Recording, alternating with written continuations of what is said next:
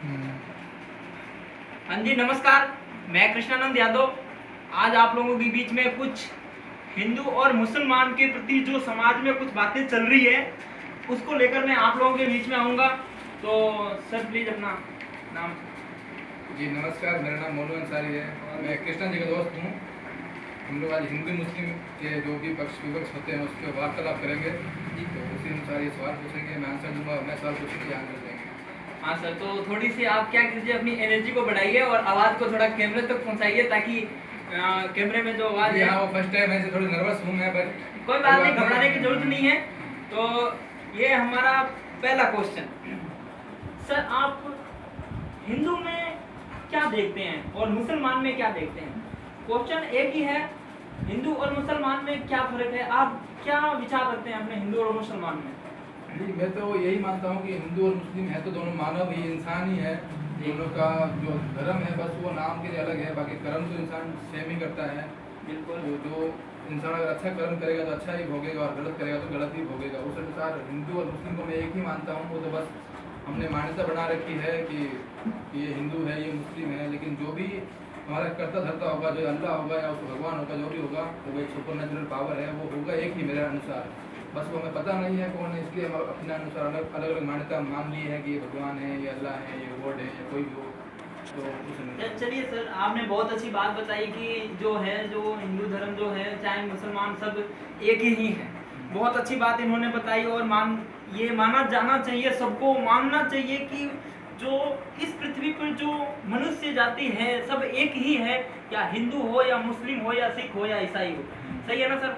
तो सर हमें आप ये बात बताइए कि समाज में जो अफवाहें चलती हैं कि कहा जाता है कि मतलब हिंदुओं के बारे में कुछ अलग अलग तरह की बातें की जाती है कि नहीं, मैं कई लोगों को सुनते हुए देखा हूँ कि नहीं, ये पूरी जो धरती है वो मुसलमान की ही, मतलब उनकी ही देन है, वो चाहे उन्होंने ही सब कुछ किया है। ऐसा हिंदुओं में भी तर्क है कि सभी लोग कहते हैं कि हाँ, भगवान ने ही बनाया है। तो इस पे आप क्या विचार रखेंगे? और मैं चाहूँगा कि आप मेरे से भी कोई क्वेश्चन करें ताकि मैं भी आपको कुछ बता सकूं, या जो भी है वो आपस में बात करें एक बार की। हाँ, मैं यही कहना चाहूँगा, तर्क तो सबके अलग अलग होते हैं। प्राचीन काल से तक चले आ रहे हैं कि वो मुस्लिमों की भूमि है, या फिर क्या आप भी ये बात मानते हैं कि जो ये जो पृथ्वी है ये किसकी देन है? जी मैंने आपको शुरुआत में कहा था कि कोई एक सुपर नेचुरल पावर है, आप अल्लाह कह दो, भगवान कह दो, गॉड कह दो, तो ये उन्होंने ही बना रखी है। ये पृथ्वी को, या यूनिवर्स को कह सकते हो, पूरी यूनिवर्स उन्हीं के कंट्रोल में है। वो और दो कोई नहीं, एक ही है। वो जो भी हैं उनको मैं प्रॉपर नाम से पुकार नहीं सकता क्योंकि सब उनको अलग नाम से पुकारते हैं। सर तो मैंने सुना है कि कई जगह कहा गया है कि आपके हिंदुओं में तो फोटोज हैं, तो इस्लाम में, मुसलमान में किसी भी आप फोटो क्यों नहीं पाई जाती है? क्या इस बात की हमें जानकारी आप देना चाहेंगे?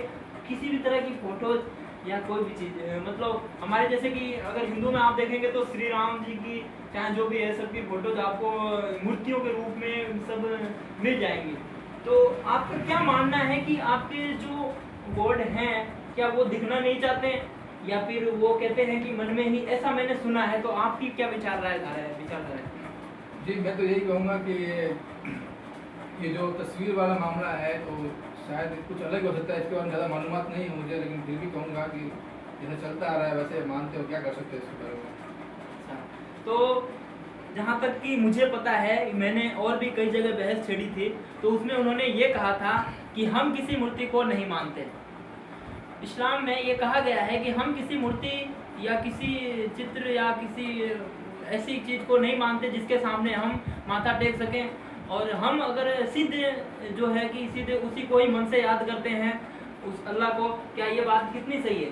जी हाँ, बिल्कुल इस्लाम में कहा गया है। इस्लाम में सिर्फ अल्लाह को मानने के लिए कहा गया है, किसी भी मूर्ति या तस्वीर को मानने के लिए नहीं कहा गया है। ये कुरान में लिखा हुआ है, तो उसी के अनुसार ही बस मुस्लिम लोग जो उसको फॉलो करते हैं कि हाँ अल्लाह है, जो उन्हीं को मानेंगे। वो दिखते नहीं है बोले, लेकिन उनको मन में मानते हैं। बस यही है सर। बस यही है। यदा हि धर्मस्य ग्लानिर्भवति भारत, यदा यदा हि धर्मस्य ग्लानिर्भवति भारत, अभ्युत्थानम अधर्मस्य तदात्मानं सृजाम्यहम्। मैं हिंदू होने के नाते ये चीज आपको गीता का एक श्लोक सुनाया हूँ कि जिसमें लिखा गया है कि जब जब इस पृथ्वी पर मतलब गलतियां होंगी, चाहे अधर्म होगा, तो मैं अवतार लेकर इस धरती पे अधर्म का विनाश करूंगा। तो इसी प्रकार आप कुछ ऐसे इस्लाम में कोई ऐसा चीज बताना चाहेंगे जिसमें ये उन्होंने कहा है, या कोई एक ऐसी कथा बताना चाहेंगे जिसमें ऐसा लगे कि हाँ भाई कुछ सिस्टमेटिक है, जो कि उन्होंने भी इस पृथ्वी को मतलब जिम्मा तो कुछ उन्होंने भी तो लिया होगा। जब उन्होंने इस दुनिया को बनाया है तो उन्होंने भी तो जिम्मा लिया होगा। तो कुछ ऐसा चीज आपको लगता होगा या जानकारी हो तो बताइए, नहीं तो खैर। जी हाँ, ऐसा उन्होंने कुछ नहीं बनाया है। उन्होंने तो बस ये कहा है कि पृथ्वी को हमने बनाया है कि एक परीक्षा लेने के लिए इंसानों की, परीक्षा लेने के लिए। बहुत बढ़िया, परीक्षा लेने के लिए। परीक्षा की बात पर हम आते हैं, तो ये होती क्या है परीक्षा सर? जी, परीक्षा का मतलब ये होता है कि हमको परीक्षा के लिए इसलिए भेजा गया है कि उससे हमको फैसला हो सके कि हमको आखिरत में जब जमीन मिलेगी वो जन्नत में मिलेगी या दोजख में मिलेगी। उसके लिए हमको परीक्षा ये 100 साल की मिली है, या 80 या 90 साल की, जो भी आप कह सकते हो, उसको 50 साल की भी कह सकते हो। तो यही मेन परीक्षा है। तो आपके कहने का मतलब कि अगर इस धरती पे इंसान आया है तो वो परीक्षा के लिए आया है, यानी यहाँ पे परीक्षा देना है। और परीक्षा का मतलब ये है कि यहाँ पे इंसान को अच्छे या बुरे कर्म करके उसका नतीजा का परिणाम होगा जो वो ऊपर वाला तय करेगा, ऐसा मनमोहन अंसारी जी का कहना है। तो हकीकत ये बात ये सही है, बट आप हमें ये बताइए कि परीक्षा के तौर पे पहले नंबर जन्नत और दोजख की बात हुई, तो मैं आपसे ये पूछना चाहूँगा कि क्या हम इस धरती पर बुरा काम करते हैं तो क्या हम वापस इसी धरती पर आएंगे या नहीं आएंगे? और दूसरी बात कि जो स्वर्ग या नर्क बोला गया है, क्या इसी धरती का ही रूप है या कोई दूसरा चीज है? प्लीज मनमोहन जी कुछ। जी हाँ, जैसे कि आपने पहला सवाल पूछा कि हम वापस आएंगे या नहीं आएंगे, तो बिल्कुल हम वापस नहीं आएंगे। हर इंसान को एक बार ही जो मौका मिलता है कि वो पृथ्वी पर आवे और अपना जीवन बसर करे, एक बार ही। हाँ, लेकिन हमारे हिंदू में तो बोला गया है कि कुछ 84,000 योनि मतलब कुछ ऐसा कुछ जन्म होता है जिसके बाद हम इंसान का जन्म पाते हैं। तो इंसान को एक बार ही मिलता होगा मेरे अनुसार। अच्छा, तो इंसान आप ये बताइए कि यहाँ पे जो स्वर्ग या नरक का जो चीज है वो क्या इस पृथ्वी का रोल है या कोई साइड है? बिल्कुल इस पृथ्वी का रोल नहीं। पृथ्वी तो एक तरह खिलौना है, वो खुद अल्लाह तबारक तआला ने बनाया है वो टेस्ट लेने के लिए, परीक्षा लेने के लिए कि आप कैसे कर्म करते हो। पृथ्वी को नष्ट कर दिया जाएगा क़यामत के दिन, और क़यामत के दिन नज़दीक है। जिस तरह से गलत काम हो रहे हैं पृथ्वी पर, जिस दिन वो काम पूरे हद से ज़्यादा बढ़ जाएगा, कोई अच्छा इंसान नहीं बचेगा पृथ्वी पर अच्छे कर्म करने वाला, तो पृथ्वी का अंत तो निश्चित ही है। चाहे आप साइंटिफिक रूप से भी देख लीजिए, पृथ्वी का अंत बहुत ही नज़दीक है। तो आपके कहने का मतलब है कि इस पृथ्वी पर अभी भी अच्छे चीज बचे हुए हैं जिससे ये दुनिया चल रही है। सर मैं ये कहना चाहूँगा कि मैं हिंदुओं में हमारे ब्रह्मा विष्णु महेश, ये जो हमारे 3 देव हैं, इनको हम भगवान कहते हैं, महादेव कहते हैं। जो महादेव जी हैं, शंकर भगवान हैं, हम मानते हैं, उनको पूरी तरह से मानते हैं क्योंकि मैं एक हिंदू हूँ। तो सर मैं आपसे ये पूछना चाहूँगा कि आपने भी कोई एक हमारे जैसे कि हमारे धर्म में जैसे हमारा एक सुषमष्टिक है, सब मतलब 3 देवता एक अलग हैं और उनके नीचे और अलग देवता हैं, सबका अलग अलग काम दिया गया है। वो इस पूरी पृथ्वी को संजो कर रखे हैं, सबका अलग अलग काम है। जैसे विश्वकर्मा जी हैं, चाहे लक्ष्मी जी हैं, चाहे जो भी हैं, हमने सब देवताओं को एक पहले से ही सिस्टम आ रहा है, तो हम इसको वो चीज़ दे रखे हैं। तो क्या सर आपने भी कुछ ऐसा है या कुछ बताइए? जी नहीं, हमारे में ऐसा बिल्कुल नहीं है। बस हमारे आखिरी नबी मोहम्मद सल्लल्लाहु अलैहि वसल्लम थे, जिनकी हमको फॉलो करना है, उनका रहन सहन खाना और कैसा व्यवहार करते थे, हमको वैसा व्यवहार करना है। दुनिया में अच्छे व्यवहार करके उनका जाना है, जैसा व्यवहार करते थे उनका मतलब ये था दुनिया में अच्छे से रहो, अच्छे से। तो आखिरी थे, आखिरी वही पैगंबर थे, हमारे आखिरी पैगंबर थे मोहम्मद सल्लल्लाहु अलैहि वसल्लम। हाँ ठीक है। तो ये जो कह रहे हैं कि आखिरी जो इनके जो थे नबी पैगंबर, हाँ पैगंबर जो भी थे, तो देखिए किसी भी धर्म का मजाक नहीं होना चाहिए। अगर आप वीडियो को कहीं भी देख रहे हैं तो सर आप वीडियो को सिर्फ एक एंजॉय के लिए देखिए, एक नॉलेज के लिए देखिए कि एक हिंदू दोस्त और एक मुसलमान दोस्तों के बीच में किस प्रकार की बातें हो सकती हैं। तो कहने का मतलब ये है कि इनके जो लास्ट पैगंबर थे इस्लाम के, तो उन्होंने कुछ बातें बताई थी, तो उनकी कुछ बातें आप बता सकते हैं तो बताइए। जी हाँ, बात यही कि अच्छे काम करना, नमाज पढ़ना, रोज़ा रखना, झूठ नहीं बोलना, धोखा नहीं देना, किसी का किसी से गलत व्यवहार नहीं करना, मतलब जितनी भी अच्छाई वाली बातें थे वो उनमें थी। सर आपने आपने एक चीज कही थी कि मतलब बुराई और अच्छाई के ऊपर सब कुछ निर्भर किया जाएगा आपके धर्म में, और एक लास्ट में एक मतलब बहुत बड़ा बम विस्फोट होगा, हाँ, उसी कयामत की आएगी। कयामत आएगी। क़यामत के बाद ही डिसाइड होगा किसको जन्म मिलेगा या कयामत के बाद ही सब कुछ। तो मैं ये कहना चाहूँगा कि जो बुराई है, तो इस बुराई को जन्म किसने दिया, कारण क्या, क्यों क्यों मतलब एक इंसान के साथ में अगर मेरे माइंड में आपके प्रति कुछ गलत नहीं है, सर बुरा मत मानना, तो मैं आपको गलत क्यों बोलूँगा, मेरे से या तो कोई गलत बोलवा रहा है, देख मैं तो भगवान हूँ नहीं, तो फर्स्ट नंबर की जब मैं भगवान नहीं हूँ तो सर ये बताइए कि मैं इंसान हूँ, तो यानी मुझे किसी ने बनाया ही है, अगर मैं बोल रहा हूँ कर रहा हूँ तो जरूर ये किसी की शक्ति है जो मुझसे कहला रही है, करवा रही है, चाहे ऊपर वाले ने मेरे अंदर कुछ भी, तो मेरे अंदर ऊपर वाले ने मेरे अंदर एक बुरी चीज भी डाली होगी, तो सर ये क्यों डाली कि मैं आपको बुरा बोल दूँ। ये हमारे मस्तिष्क के अंदर बुरी चीज़ अच्छी चीज़ दोनों चीज़ है। मैंने आपको शुरुआत में ही कहा था हम यहाँ परीक्षा के लिए आए हैं, तो ये बुरी चीज़ इसलिए डाली गई है ताकि वो बंदा बुरा होने के बाद भी बुरा ना करे दिमाग में, उसको अगर वो बुराई को कंट्रोल कर लेता है, अच्छाई पे चलता है, तो इसके बाद ही वो पास हो पाएगा, अन्यथा अगर वो बुराई पे चलता है तो कभी पास नहीं हो पाएगा। अच्छा, यानी इंसान को सब अच्छे कर्म करने चाहिए और बुराइयां भी पाई जाती हैं, और उन्होंने स्वयं डाली है कि इंसान के अंदर बुराइयां रहते हुए भी इंसान अच्छे कर्म करता है, तब वो इस और परीक्षा अगर में गलती से बुराई कर भी दे तो वापस वो माफ़ी मांग सकता है अल्लाह ताला से या भगवान से, किसी से भी सच्ची तौबा कर ले, उसके बाद वो ठीक हो जाएगा। सही बात कही गई है कि भगवान के घर में देर है अंधेर नहीं, अगर आप गलत काम करते हो तो उसकी माफ़ी मांगने पर आपको वो जो है माफ़ कर दिया जाता है, हर जगह यही सिस्टम है।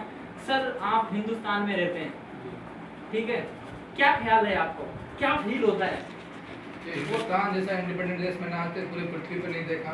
इसका मतलब इतना आप अच्छा बहुत देश। सारे देश में भ्रमण कर चुके हैं। जिस तरह से मैं हिस्ट्री पढ़ता हूँ, ज्योग्राफी पढ़ता हूँ, जो सर, नॉलेज है यूट्यूब वगैरह से अच्छा देखता हूँ, तो उससे हाँ, अनुसार- देखिए मजाक की बात नहीं है, सॉरी थोड़ा सा हो जाता है, कहने का मतलब सोशल मीडिया प्लेटफॉर्म पर हम सब चीज़ देखते हैं, और वहाँ पे जो हमारे मोनू अंसारी जी हैं, हमारे बहुत अजीज मित्र हैं, इन्होंने देखा है, तो इन्होंने अनुभव किया है हिंदुस्तान के बारे में, कुछ कह रहे थे। जी हाँ, मैं वही कहूँगा पूरे वर्ल्ड में हिंदुस्तान अच्छा देश हो नहीं सकता किसी इंसान के लिए, जहाँ सभी धर्मों को समान इज्जत मिलती है, समान रहने का व्यवहार मिलता है, कोई भेदभाव नहीं होता है।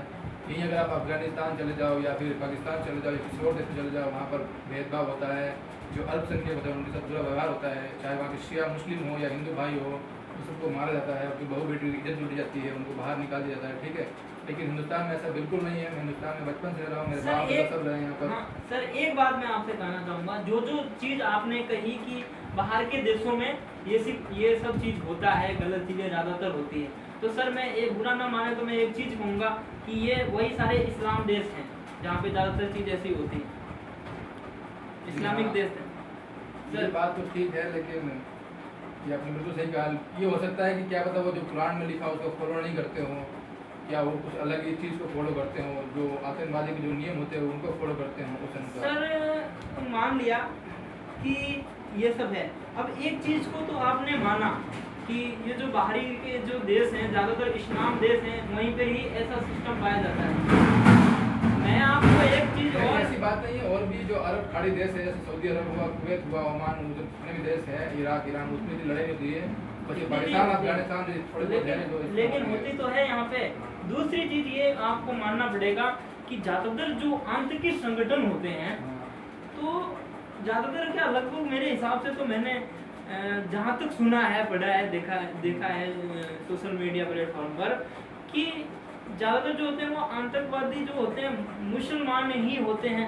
सर इसमें थोड़ी विचारधारा आप। जी हाँ, ये तो मैं भी मानता हूँ, ज़्यादातर आतंकवादी 99% या 90% मुस्लिम ही होते हैं। ऐसा इसलिए होता है क्योंकि जो मुस्लिम जो खराब लोग होते हैं, जिस तरह से जो आतंकवादी टाइप के लोग होते हैं, वो सही मुस्लिम को भी खराब बना देते हैं। वो उनको गलत नॉलेज दे करके कि अल्लाह ने तुम्हें कुर्बान होने के लिए भेजा है, वो अपने मकसद के लिए निर्दोष लोगों को यूज़ करते हैं, उनको गलत चीज़ें सिखाकर, जबकि उन्होंने असली नॉलेज नहीं ली, कुरान नहीं पढ़ी है, वो कुछ गलत चीज़ें सिखाते हैं। उनका मकसद दूसरे देशों पर कब्जा करना है, और कब्जा करने के लिए वो शरीफ लोगों को गलत चीज़ें सिखाते हैं। उनको बोलते हैं अल्लाह ने तुमको कुर्बान होने के लिए भेजा है, आप मेरे लिए काम करो। अगर उनको ऐसा ही लगता है तो वो खुद क्यों नहीं गोली चलाते हैं, वो दूसरे निर्दोष बच्चों को ऐसा काम क्यों सिखाते हैं? सर ऐसा देखा जाता है हर जगह, छोटे छोटे बच्चों को हथियार के रूप में लेकर के आतंकवादी संगठन बड़े बड़े हैं, लश्कर ए तैयबा, ISIS, इसी प्रकार बहुत सारे बड़े बड़े आतंकी संगठन हैं जो बच्चों का इस्तेमाल बहुत बुरी तरह से करते हैं। इन बच्चों का क्या दोष होता है?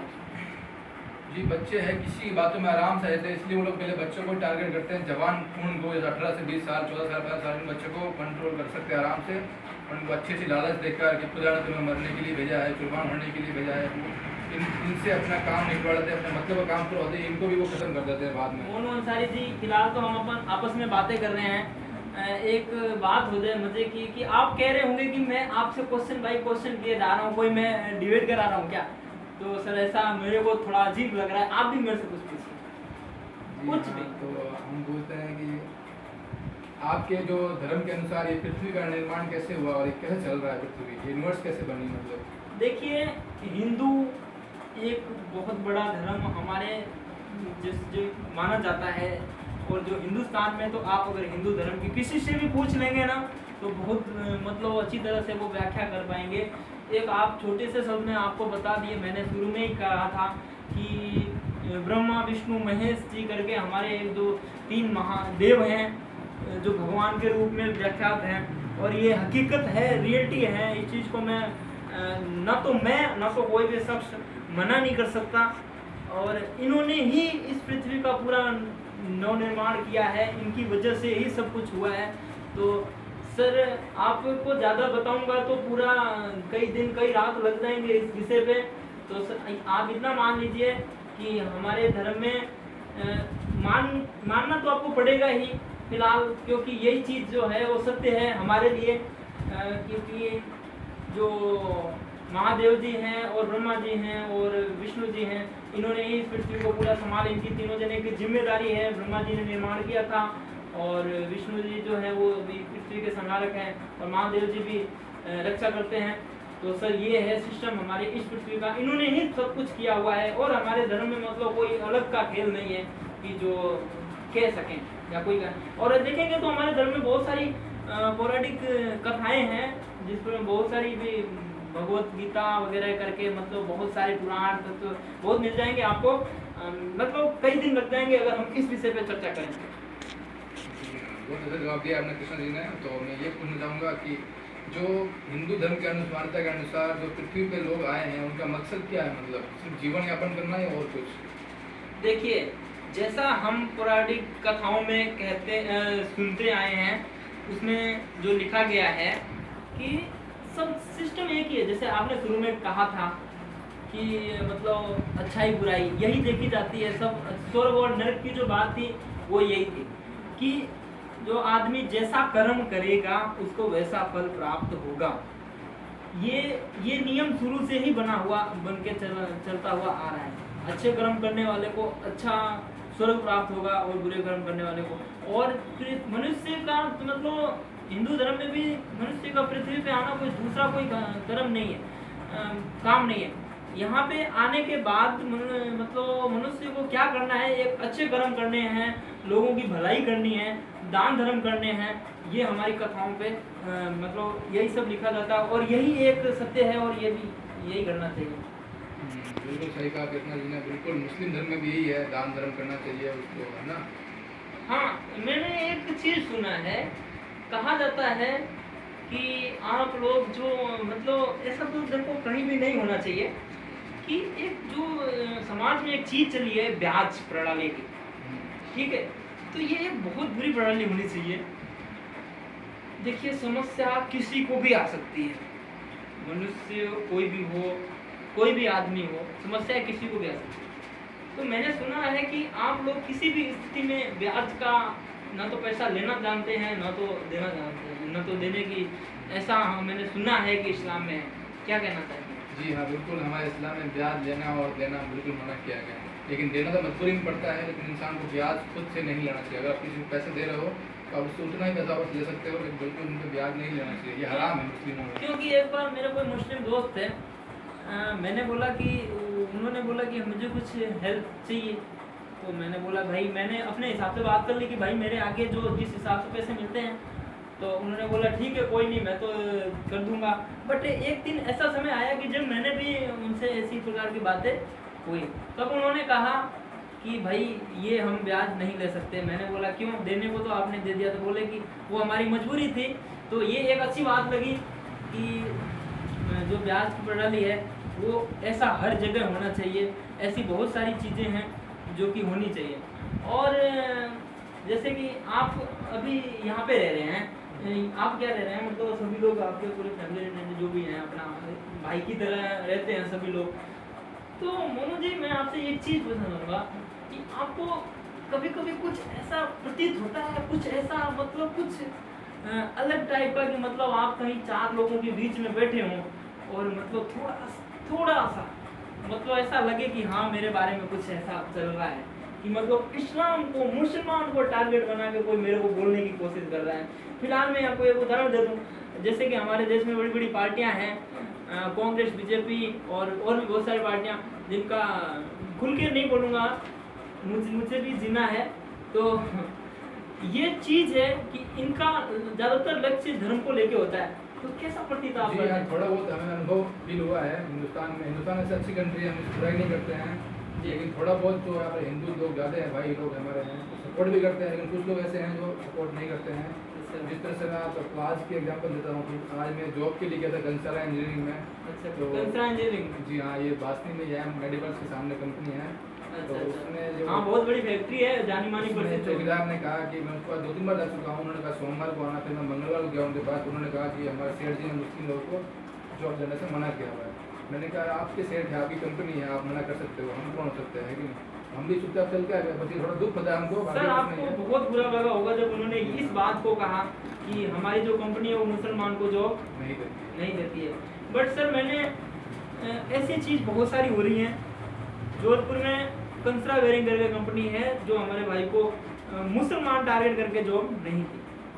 कारण क्या कि मतलब ये आपसी मामला हो सकता है। बट मैंने सुना है मोनू जी कि उसके अंदर कोई मुसलमान भी काम करते हैं, मुसलमान भाई भी काम करते हैं। जी हाँ, वो पुराने टाइम से काम करते हैं, उनको निकाल नहीं सकते, उनका एक्सपीरियंस बहुत है। तो ये बहुत बुरी खबर है हमारे लिए। मैं चाहता हूँ कि आप इस वीडियो को इतना फैला दो कि कंसरा बेयरिंग के मालिक तक पहुँच जाए, और होना भी चाहिए, किसी के साथ अन्याय नहीं होना चाहिए सर। और मोनू जी इसके लिए मैं अपने तरफ से आपसे माफ़ी मांगूंगा कि ऐसा नहीं होना चाहिए। वैसे तो फिलहाल आप हमारे बहुत अजीज मित्र हैं। और बताइए आपको और कहाँ मतलब गिल्टी फील हुआ? जैसे कि आपको पता है कि मैं राजस्थान के जोधपुर जिले में रहता हूँ, यहाँ पर किराए के मकान में रहता हूँ। बिल्कुल। तो पिछले साल कोरोना के टाइम हमको मकान खाली करना पड़ा किसी कारण से, तो मैंने बहुत जगह मकान ढूंढे, लेकिन सब ने यही कहा कि मुस्लिम को मकान नहीं देते हैं। तो आखिरत में हमको 2-3 महीने लग गए, 4 महीने लग गए। उसके बाद एक मुस्लिम का ही मकान था, वो हमको आखिर में मिला। ऐसे बहुत हिंदू भाई होते हैं जैसे मकान दे देते हैं, लेकिन मुझे बहुत पिछली बार अनुभव हुआ 2020 में कोरोना के टाइम, जो बहुत लोगों ने मुस्लिम होने के नाते मकान देने से मना कर दिया। इसमें बहुत बुरा फीलिंग हुआ था मेरे को। देखिए हमारे मोनू अंसारी जी की पूरी फैमिली लगातार कई सालों से जोधपुर में रह रही है, मैं भी जोधपुर में ही रह रहा हूँ।